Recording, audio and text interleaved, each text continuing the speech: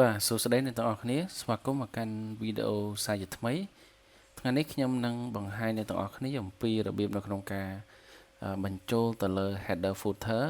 ដោយដែលបងប្អូនបានឃើញស្រាប់នេះបាទអញ្ចឹងខ្ញុំនឹងបង្ហាញថាតើយើងធ្វើដូចម្តេចដើម្បីបញ្ចូលទៅលើ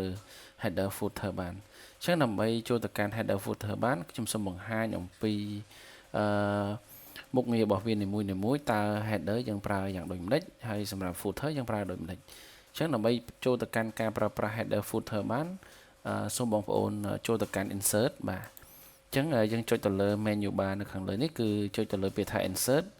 ក្រោយពីចុចពាក្យថា insert ហើយបងប្អូននឹងឃើញមានក្រុមមួយគឺក្រុម header footer អញ្ចឹងនៅក្នុងនោះមាន3មុខងារ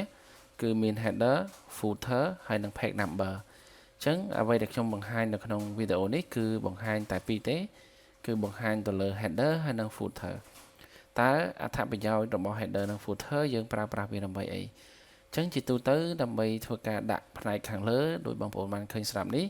ដើម្បីដាក់ផ្នែកខាងលើឬក៏ដាក់ទំព័រនៅខាងក្រោមដោយដែលខ្ញុំបានដាក់ជាឧទាហរណ៍នេះ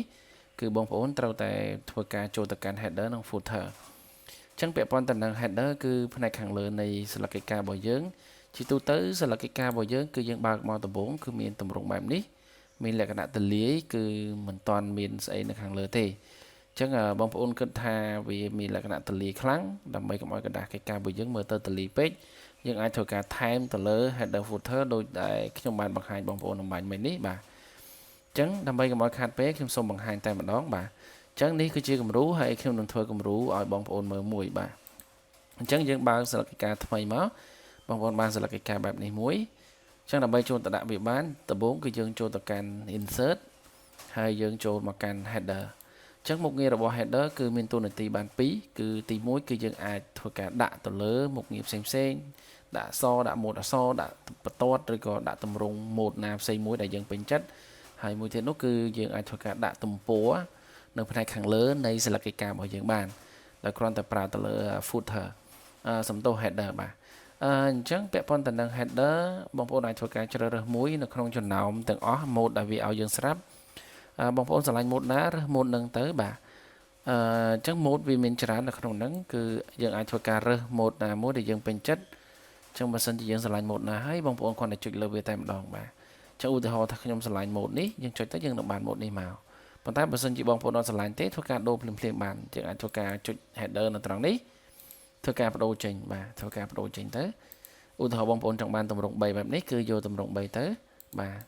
អញ្ចឹងជាឧទាហរណ៍ខ្ញុំសូមយកទម្រង់មួយជាធម្មតាខ្ញុំយក blank ដោយសារតែក្នុងលំហាត់នេះគឺមើលទៅយើងមានអក្សរហើយមានបន្ទាត់បាទអញ្ចឹងខ្ញុំនឹងបង្ហាញពីទម្រង់គឺអក្សរហើយនិងបន្ទាត់អញ្ចឹងខ្ញុំសូមយកធម្មតាអញ្ចឹងត្រង់ចំណុចកន្លែង tab field នេះគឺបងប្អូនអាចធ្វើការលុបយើងលុបវាចេញមកយើងទៅសេអក្សរអីឧទាហរណ៍ថាយើងចង់ទៅសេអក្សរអីមួយអញ្ចឹងទៅបាទអញ្ចឹងយើងទៅសេអក្សរបញ្ចូលមកហើយពាក់ព័ន្ធទៅនឹងការផ្លាស់ប្ដូរម៉ូដអក្សរគឺវីដេអូមុនខ្ញុំបានបង្ហាញហើយអញ្ចឹងបងប្អូនអាចធ្វើការចុចទៅលើ home ហើយយើងមើលមកលើ font កន្លែងនេះគឺយើងធ្វើការផ្លាស់ប្ដូរទម្រង់អក្សរតែម្ដងបាទហើយពាក់ព័ន្ធទៅនឹងការប្រើប្រាស់ទំហំវាដែរយើងត្រូវរើសទំហំល្មមកុំឲ្យធំពេកបាទដាក់ប៉ុណ្ណឹងមកល្មមហើយបងប្អូនអាចធ្វើការបន្ថែមទៅលើមុខងារផ្សេងបានអាចទៅសេអក្សរបន្ថែមអីទៀតទៅបាទដាក់ឈ្មោះរៀបចំដោយឬក៏ស្អីផ្សេងទៅបាទយើងអាចអាស្រ័យលើបងប្អូនអ្នករៀបទេអានេះខ្ញុំគ្រាន់តែជាឧទាហរណ៍ឲ្យបងប្អូនមើលបាទអូខេអញ្ចឹងប៉ុណ្ណឹងក្រោយពីដាក់រួចរាល់បងប្អូនឃើញក្នុងលំហាត់គំរូរបស់ខ្ញុំគឺមានបន្ទាត់មួយនៅលើនេះអញ្ចឹងដើម្បី insert បន្ទាត់ចូលគឺមានពីររបៀបប៉ុន្តែខ្ញុំសូមបង្ហាញពីរបៀបងាយស្រួលសិនអញ្ចឹងដើម្បីបញ្ចូលបន្ទាត់បានយើងគ្រាន់តែចូលមកកាន់ insert ហើយយើងចុចទៅលើ shape នេះមកបាទហើយបងប្អូនរើសបន្ទាត់មួយមកអញ្ចឹងពាក់ព័ន្ធទៅនឹងការអូសបន្ទាត់ជាទូទៅបើសិនជាបងប្អូនអូសទៅទេដៃចេះគឺអាចទី1បន្ទាត់របស់យើងអត់ត្រង់ទេដើម្បីឲ្យបន្ទាត់របស់យើងត្រង់បានគឺបងប្អូនត្រូវសង្កត់ shift មានន័យថាចុច shift លើ keyboard របស់យើងឲ្យចប់មកបាទឃើញត្រង់ទេអូខេអញ្ចឹងយើងឆ្លាញ់ប៉ុណ្ណាយើងបលែងដៃធំហ្នឹងទៅឧទាហរណ៍ខ្ញុំឆ្លាញ់ប៉ុណ្ណាខ្ញុំបលែងអូខេអញ្ចឹងខ្ញុំបានបន្ទាត់នេះមួយអញ្ចឹងពេលដែលបងប្អូនបានបន្ទាត់នេះមកយើងមើលទៅមានលក្ខណៈតូចយើងអាចធ្វើការបរិចយើងមើលទៅលើ outline បាទជា outline យើងមើល weight កន្លែងនេះមកយើងបរិចបងប្អូនឆ្លាញ់ប៉ុណ្ណាយកប៉ុណ្ណឹងណាអញ្ចឹងខ្ញុំឆ្លាញ់ប៉ុណ្ណឹងហើយពណ៌អីយើងអាចរើសបានបាទ រើសបានឆ្លាញ់ពណ៌យកប៉ុណ្ណឹងទៅបាទចឹងយកពណ៌ក្រហមទៅបងប្អូនរំកិលវាអាចមានពីរដែរពីរបៀបដែរក្នុងការរំកិលអាចចុចទៅលើ keyboard សញ្ញាព្រួយយើងនៅខាងចិត្ត numeric ហ្នឹងបងប្អូនអាចធ្វើការចុចទៅលើទៅវាទៅលើហើយឬក៏យកមកអូសក៏បានដែរបាទចុចមកជាប់ចឹងអូសមកបាទអូសចឹងមកអូខេឆ្លាញ់អក្សរនឹងប៉ុណ្ណាក្បែរនេះប៉ុណ្ណាយើងដាក់វាប៉ុណ្ណឹងទៅបាទហើយករណីយើងរួចរាល់យើងធ្វើការបិទវាចេញយើងគ្រាន់តែចុចលើនេះពីរដងឬក៏បងប្អូនចូលទៅកាន់ header footer នេះ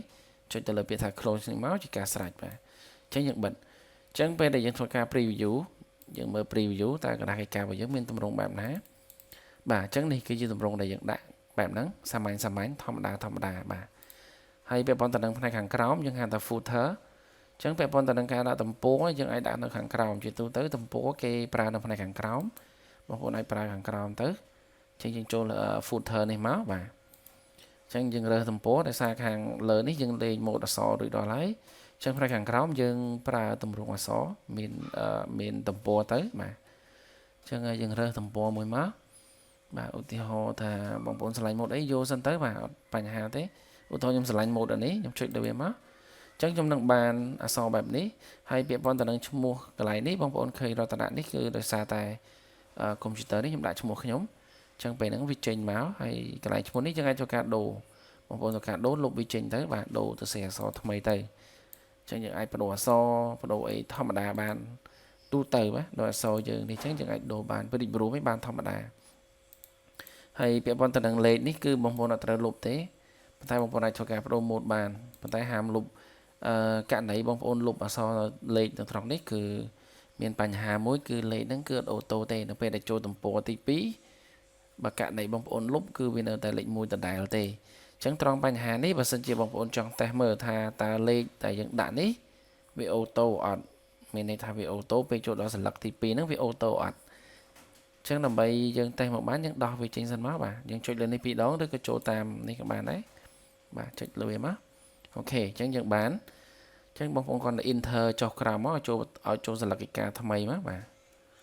អូខេយើងមើលបាទចូលនេះបាទឃើញលេខ2ហើយបាទអញ្ចឹងមានន័យថាវាអូតូហើយប៉ុន្តែបើករណីដូចខ្ញុំប្រាប់មិញអញ្ចឹងបើសិនជាបងប្អូនលុបគឺអាចនឹងអត់អូតូបែបនេះទេបាទប៉ុន្តែបងប្អូនមើលមួយទៀតដែរចុងក្រោយពេលដែលយើងដាក់ទៅលើ footer យើងមានអារម្មណ៍ថាផ្នែកខាងក្រោមនេះវាធំពេកអញ្ចឹងបងប្អូនអាចធ្វើការតម្លាក់វាមកខាងក្រោមបន្តិចបានណាអញ្ចឹងដើម្បីកែវាគ្រាន់តែចុច double click លើវាមកយកម៉ៅរបស់យើងចុចលើវាពីរដងបាទ1 2ចឹងមកអូខេហើយបន្តមកទៀតបងប្អូនឃើញកន្លែង header footer នេះចុចលើវាមួយអញ្ចឹងនេះកន្លែងនេះអញ្ចឹងបើសិនជាកន្លែងនេះបងប្អូនតឡើងគឺវាឡើងទៅលើអញ្ចឹងយើងតម្លាក់សាយវាមកយើងអាចខិតមកក្រោមបន្តិចអូខេប៉ុន្តែកុំខិតពេកចាត់ដាច់ពេល print ចេញមកអញ្ចឹងយើងយកលំមទៅខ្ញុំយក 0.3 សង់ទីម៉ែត្រអូខេប៉ុណ្ណឹងរួចដល់បាទអូខេអញ្ចឹងយើង preview មើលបាទអញ្ចឹងយើងបានกระดาษទម្រង់បែបនេះអូខេអញ្ចឹងមេរៀនរបស់ខ្ញុំដែលខ្ញុំបង្ហាញគឺមានប៉ុណ្ណឹងសម្រាប់ពាក់ព័ន្ធទៅនឹងការប្រើប្រាស់ header និង footer អញ្ចឹងរាល់ចម្ងល់ផ្សេងៗបងប្អូនអាច comment នៅខាងក្រោមបាន